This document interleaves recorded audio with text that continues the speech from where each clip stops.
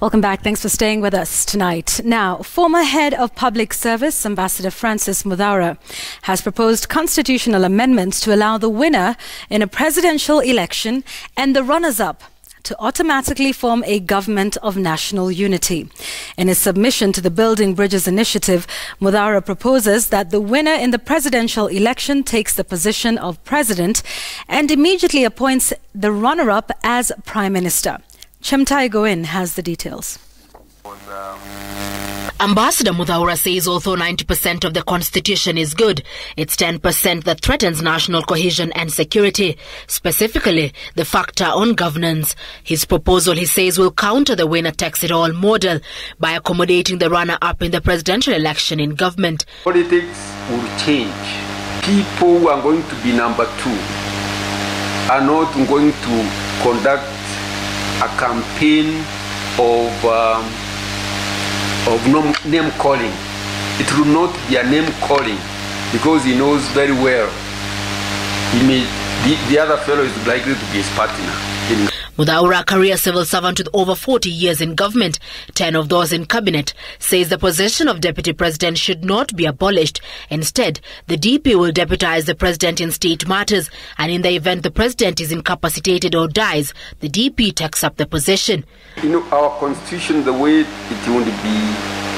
is formed here, is to tame our politicians. Tame them so that they are concentrated more on issues. Though the president and the prime minister will share power, Muthaura proposes the president should have the power to fire cabinet secretaries without consultation. He at the same time supports calls to have cabinet secretaries picked from among members of parliament. From the experience we have had so far, it appears there is an disagreement between the political leadership and the cabinet. The National Police Service Commission in their submissions proposed a review of Article 245 and 246 to bring to an end the competing command between the Commission and the National Police Service.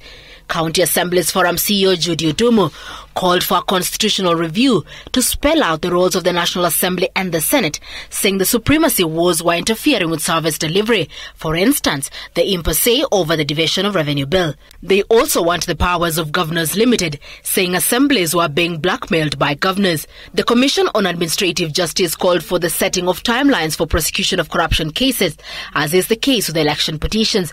The Register of Political Parties, on the other hand, calling for the lowering of the threshold for funding political parties to institutionalize even the smaller political parties. Some have suggested economic reform before constitutional review, but after over 45 sittings within and outside Nairobi, the emerging theme in the sittings of the Building Bridges initiative is the need to relook Kenya's constitution as a way of resolving some of the ills that affect the country. Chemtai Goin, Citizen TV, Nairobi.